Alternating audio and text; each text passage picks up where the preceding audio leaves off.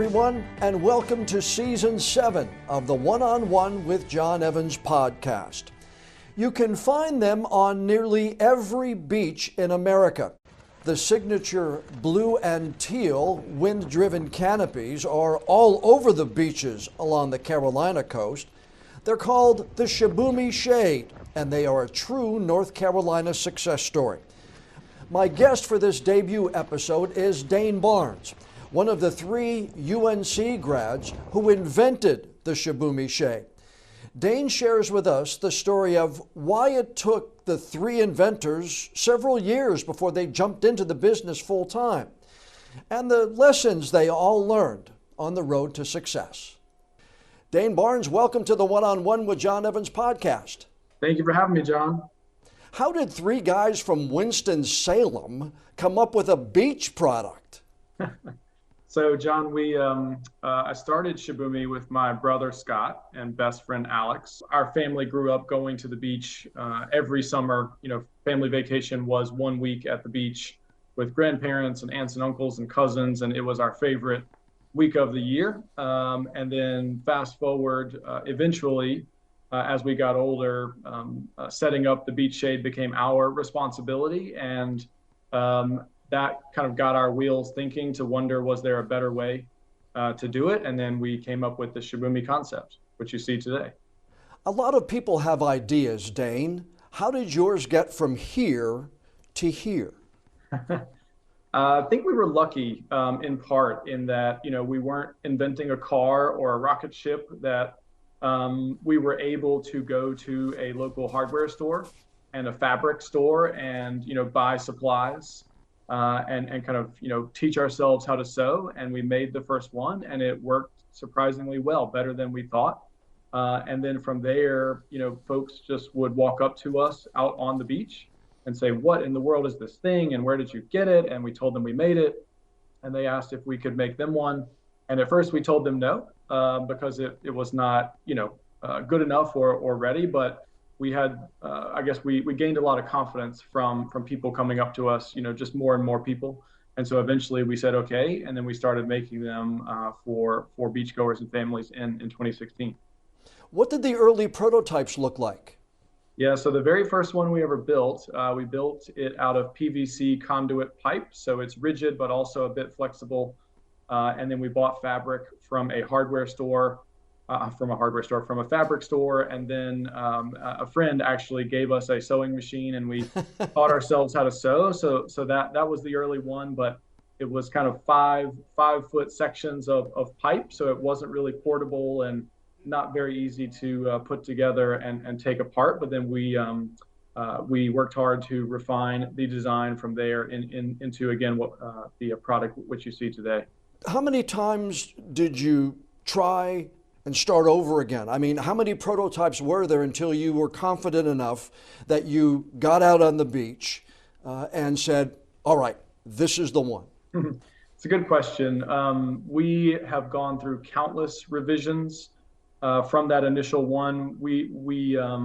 I think one thing that we still say to this day is that if we would have waited until the product was perfect, we still to this day would have never sold our first Shibumi Shade. We're always continuing to refine and improve. So a good example of that is we built a wind tunnel in our warehouse, which we then make sort of like car flags, like which you'll see for sports teams, and out of different fabrics and threads and stitches to see what is more durable and will hold up the best. So we're always refining the product to try to make it better and better. The first one you sold, what did you do with the money, and what was that feeling like? Yeah, it's a great question. So we sold 32 Shibumi Shades in our first year in 2016.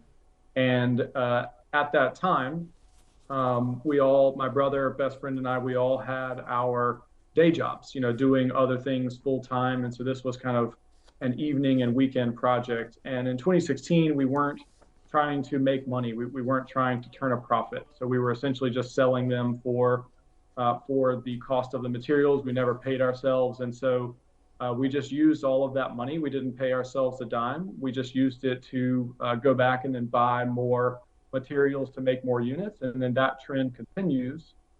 We never paid ourselves a dime in 2016, 2017, 2018, 2019. We just kept reinvesting all of that money back into the business, and that we were fortunate that we were able to, kind of do this Shibumi side project on evenings and weekends so that we could keep our day jobs, which, gave us more financial security and able to kind of persist in those early years to build a company. Well, that was my next question, because as I did some research for this, you continued to work until 2019. I guess Alex continued to work until 2019. So it's not like you guys just said, oh, we sold one, to heck with everything else, we're focusing on this. You really had to kind of get your footing underneath you, it sounds like. That's right. I think we are just fairly risk averse people. So it didn't seem prudent to, leave our good jobs, which we loved, those companies and those careers as well. And so really only, but we also love Shibumi. So at that point on Halloween of 2019 is when we all three left our jobs thereabouts. And it was just apparent at that point that the business, that Shibumi, wouldn't continue to do as well if we didn't give it our full-time attention. Right. So it sounds like it was a brave, thing to leave our real job, so to speak, to do Shibumi. But really at that point, it was a fairly sure thing for us to, transition over full-time, which we're grateful for. Okay, well, you sell the first one in 2016. You continue to do it on nights and weekends, basically hand sewing a lot of this stuff yourself. There had to be, or am I wrong? There had to be a time or two when one of you must have said, "Oh, I'm done. I'm out. Gone. See ya." Luckily not that far. Really? To say, we're tired of this. We can't take it anymore. But it is stressful, just like any job, whether it's running your own business or, your job or anyone's, it is stressful and it is trying. And so we have a lot of those moments. There's a lot of uncertainty, whether it's, forecasts of how many are we going to try to sell next year, or what's the right strategy or practice to go into. But, I think we benefit a lot from, starting the company with my brother and best friend, is that at the end of the day, doing this gives us a great opportunity to work together and spend time together on those relationships, which are really important. And that, fundamentally, we all know that we have our best, each other's best interests at heart. And so it helps us push through some of those stressful times. Can you take me to the point in time when you guys said it's time to do that? Was it around lunch? Was it around dinner over a cup of coffee? What played into everyone saying, all right, let's dive into the pool head first? Yeah, that's a good question. So I think we just realized that we were burning the candle at both ends. We had our 40-hour a week or more jobs, and then we would do Shibumi, again on evenings and weekends. And so we were just working 7 days a week all the time. And I think at that point, our sales had gotten high enough to be able to support us. And also just the trajectory that we were on, just realizing how popular this idea of a wind-driven sunshade is, that we felt very confident, at that point. And really, I think it was not only confidence, but it was just a realization that stewarding the brand of Shibumi is a really important thing. And there's a lot riding on it. And so I think at that point, we had the confidence to then go full time. What were the biggest lessons you learned along the way? You're all UNC grads. Mm-hmm. Both of my daughters are UNC grads. I know it's a great education. Mm-hmm. I know you studied business, if I'm not mistaken. That's right. But there's still something about studying it and then doing it. So what were some of the biggest lessons you were like, oh, wow, I didn't know that, and along the way? So many. A great education at UNC, and so grateful for the broader education and at the business school. I think, one thing which we learned early on was to try to fail fast. And that means that rather than trying to come up with the perfect solution, the perfect answer to the problem, just start somewhere, even if it's a rudimentary prototype or idea, but just start somewhere, get feedback from folks who would use the product, and then just begin to refine it. I think was probably one of our early key lessons. I went to school for broadcast communications. And, you study theories. I studied all that, libel, slander, everything else like that. Right. But it wasn't until I got in an internship and got into a newsroom that I learned the things that make a newsroom tick that I've been using now for the better part of 40 years. Is it the same with you? You could study how to start a business, the ins and the outs, the expenses, the revenue. But until you get into it, did you learn just so much that you can't learn by a book or you can't learn in a classroom? I totally agree with that. And that's our experience as well, that I think the fundamentals that I learned in studying business, in undergrad were great. And I still use those fundamentals all the time and reference them very frequently. But there is something about doing it that every business is so different. And you really, we had no experience with a product or sewing or a beach, shade industry. And so there's so much that you just really have to take a chance and, learn by doing. How important is it for you to have this as a North Carolina product? I know you started with the mass production here, and now I think you also do it in Virginia, if I'm not mistaken. That's right. But this really launched as a North Carolina product. How important is that to you and Scott and Alex? It's very important. All three of us are born and raised in North Carolina. We went to school at UNC Chapel Hill, and so we've always loved the state, of course, and especially its beaches. And so to be able to honor the tradition of the textiles in North Carolina, and we now have three professional sewing organizations that sew every single Shibumi Shade and now Shibumi Shade Mini. Two of those are in North Carolina, one is in Virginia, but we're so grateful for that. And it's really been a good business thing, for us to be able to develop those relationships and work with those great partners to make our products right here in North Carolina. And I think people in North Carolina and beyond really appreciate that, sewn in America piece. How did you and Scott meet Alex? How long does that relationship, I know you've said that you're best friends, but how far back does that relationship go with the three of you? Yeah, so our family moved to Winston-Salem when I was 9 and Scott was 6. So that was around the time that we met Alex. So we were classmates growing up in elementary school and middle school and high school. And then Alex and I were college roommates at UNC. So we have known Alex for a long, long time. Why do you get along so well? What is it? I don't know. Did you play Little League baseball? Did you play middle school? I mean, was it just around each other all the time? Or is there just something, some friends are really good friends, others are good friends. But it sounds to me like you guys have gone through, well, obviously launching a business, so you've got to be better than just good friends. That's right. I mean, definitely best friends. They're my two favorite people in the world. And, just like anyone, Scott and I being brothers, we certainly would fight and play sports and go after each other when we were young. But, we've just continued to develop a great relationship. And same thing with Alex, just playing sports together, like rec league sports. Alex and Scott were always better athletes than I was, but I would try to keep up with them. And yeah, we've just developed a great relationship through a lot of, decades and decades of shared experience. How was it growing up in the Barnes household? Mom and dad in business? Mom and dad really encouraged you to do this along the way, or were they really kind of telling you to take your time to launch this business?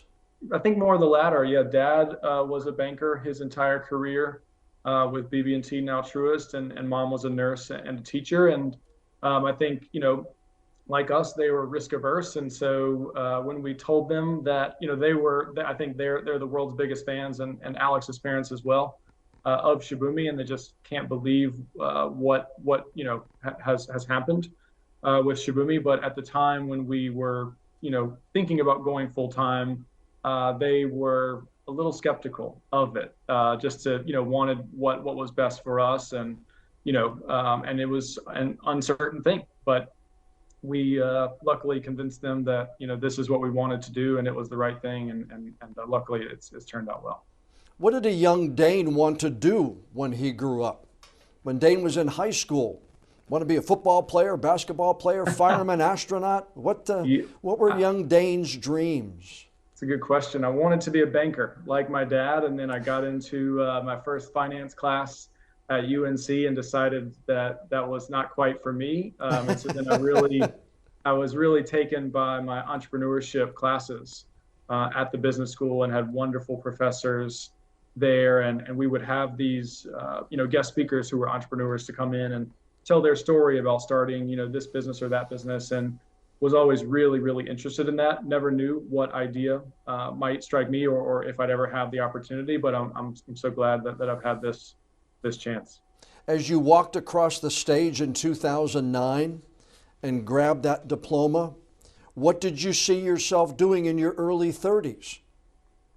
I didn't know. Just, find a job. When we graduated, the economy was not great in that, time from 2008 and then 2009. So I had a job opportunity in Raleigh with people who I really, really liked, and learned a lot from my mentors there. And the rest is history.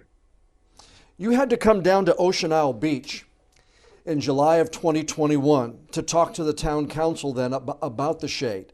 Right. At the time, the town didn't allow them. A lot of people wanted them there because they had seen them other places, had bought them even, and wanted to use them. But at the time, the town council there said, okay, we're going to do it on a trial basis. That's right. When you look at those kinds of experiences, are they successes? Are they the confidence builders? Or is that just part of doing business? Absolutely. And, they're all new learning experiences. And just for context there, so Shibumis are now found in over 700 or maybe over 800 beaches in the United States, basically in every beach in the US. And again, we've just been so blown away by their popularity, never dreamed that it would be as big as it has become. And then at the time, there were, back in 2021, I guess. July of 21. That's right. There were only 5 beaches, to our knowledge, that had any rules prohibiting a shibumi. And they didn't specifically prohibit shibumi, but they had rules which said you can only bring a traditional umbrella. So the kind of one center pole and the circular canopy. And so we were just receiving hundreds and hundreds of messages from families, both residents, full-time residents in Ocean Isle Beach, and visitors who vacation there during the summertime, saying, hey, we really want to use our Shibumi Shade instead of just an umbrella to, give us more shade for our family. It's more portable and all of these things. And so we went down to meet with the mayor and the city council there to, tell our story and advocate on behalf of all of these hundreds and thousands of families who want to use it there. And to my surprise, there were, a dozen or so, maybe 8 or 10 locals there who were also there to speak in favor of Shibumi Shade. And, I think the mayor and the city council at Ocean Isle Beach is really thoughtful about a difficult issue, because they had it on the books for years. And long story short, that next month, they agreed to allow wind-powered sunshades on their beaches on a trial basis. And, according to what we've learned, it's been, a really great success there to give families more options and, make the beach safer as well. But yeah, definitely a great learning experience that, you really can only, I think, learn by doing it to a large degree. Yeah, and that's one of those things that's not on page, 491 of the textbook when you're a junior either, Right. I didn't encounter it. I'm sure it is somewhere, but definitely, yes, something, learning by doing. And it's tough. It's tough for sure. There are the not so fun business times, though, too. I've been following, I guess there's a court case with another shade company. There are people who say the Shibumi shades are loud at the beach, blah, blah, blah. Mm-hmm. How do you deal with that part of it? Or is that just as much a learning experience as the success stories are? Definitely a learning experience. Speaking to the copycats, Shibumi has had something like 41, 42 copycats over the years, and it's been a big learning experience. But we take our intellectual property rights very seriously, and we expect others to do the same. And so, that looks like working with the U.S. Patent and Trademark Office to file for patents, design patents, utility patents, trademarks, trade dress, copyright, all of these things to try to protect our ideas and our invention. And then, it's really unfortunate, but when we have to go all the way, and it's not something we want to do, but when we have to escalate it all the way to a federal lawsuit to to defend what our intellectual property rights, we have to, and it's not fun for sure, but I think it's just one of those necessary things which we're required to do. That's another one of those things, though, that I think, and tell me if I'm wrong, you just have to chalk up as part of doing business, experience of doing business, but also making sure you're covered and making sure you're protected, having a good attorney, having to make sure that you've got somebody whose job it is to protect you along the way. That's right. Yeah, it's very important. And, having good counsel on our side has been extremely important and valuable to us. But, at the end of the day, we're just doing our best to build a business and a brand that beach-going families can be really proud of. And our goal is to develop the highest quality products and kind of the best on-beach user experience that we can. And that is our goal. Okay, this may sound like it's a question out of right field, but I'm going to ask it anyway. Sure. When people want to relax, oftentimes they go to the beach. Mm-hmm. Your product is on the beach. When you go to the beach to try to relax or just chill out for a weekend, can you, or are you always looking at, they don't have a shade. They don't have a shade. Yeah, it's a great question. Instead of saying they don't have a shade and they don't have a shade, it's more like I want to make sure that everyone, who has a Shibumi is having a great experience, and I'm very focused on that, and Scott and Alex are as well. So, yes, going to the beach is not as relaxing as it used to be because I feel a great sense of responsibility to make sure that families are having a great time on the beach, and especially with their Shibumi. So what I end up doing is rather than just sitting under my Shibumi, I walk up and down the beach and say hello to folks and shake hands. And that has really been a cool thing to be able to develop more of a community and more relationships and build great friendships with people who I otherwise probably never would have met. And so that is a really gratifying thing to be able to meet folks out on the beach and get to know them and their families and their story. And that has been really rewarding. So what does Dane do to chill out? What does Dane do to get away from things? Yeah, I probably don't look like it, but I do like to work out a lot and, just hang out with friends, cook, go out to eat, stuff like that. So I do try to take time away. I listen to a lot of podcasts, so I'm grateful for you having me on the podcast as well. Young entrepreneur out there listening today, as an experienced businessman, and I know you've probably gotten this question a lot when you speak to different groups, but what kinds of advice do you give to young entrepreneurs, that somebody who says, look, I have an idea, but I don't know if it's going to work? Mm-hmm. What do you tell them? It's a good question. I think I think the best thing is just to start somewhere, maybe going back to that fail fast point. And if it's possible, trying to get feedback from prospective customers on what they, think about the idea or think about the product.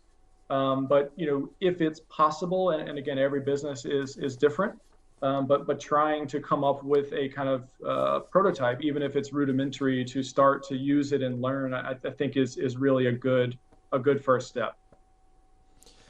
What's next for the Shibumi Shade? I know that you came out with the mini. That's right.